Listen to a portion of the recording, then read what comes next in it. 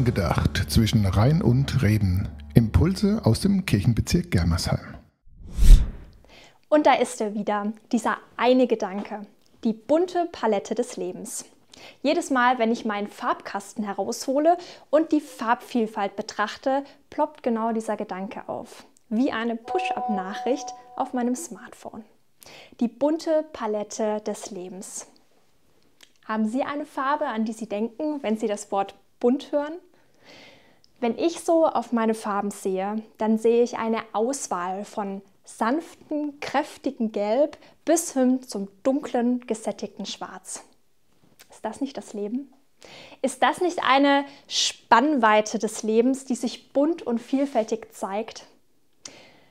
Gerade verweilt mein Blick doch eher auf den dunklen Farben. Das sind Farben wie dunkelblau, grau, braun, dunkelgrün und schwarz. Es sind Farben, die sich, wie ich finde, auch schwer anfühlen.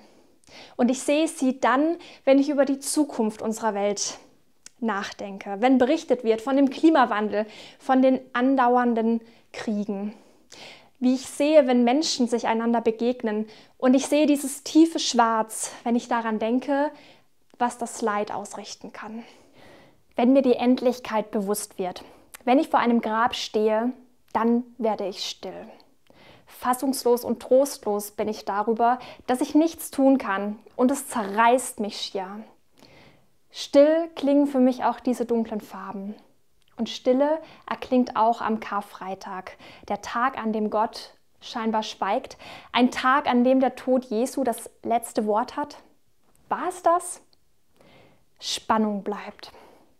Ein erneuter Blick in meine Farbpalette lässt mich trotzig werden, trotzkräftig werden, denn diese schweren und stillen und zum Teil beunruhigenden Farben sind Teile, kleine Ausschnitte in diesem Kasten. Trotzig geht mein Blick von diesem schwarzen Farbtöpfchen weg zu diesem hellen, sanften Gelb. Das lässt mich schmunzeln, denn beide scheinbaren Extreme gehören in diesen Farbkasten. Aber es sind nur Teile davon. Das, was die Farben zusammenhält, kommt es nicht eigentlich darauf an?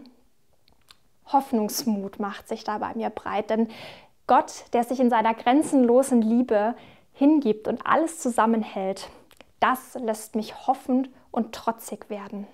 Und genau diese Trotzkraft und diesen Hoffnungsmut wünsche ich Ihnen in den kommenden Tagen. Eine schöne und gesegnete Osterzeit. Angedacht zwischen Rhein und Reden. Impulse aus dem Kirchenbezirk Germersheim.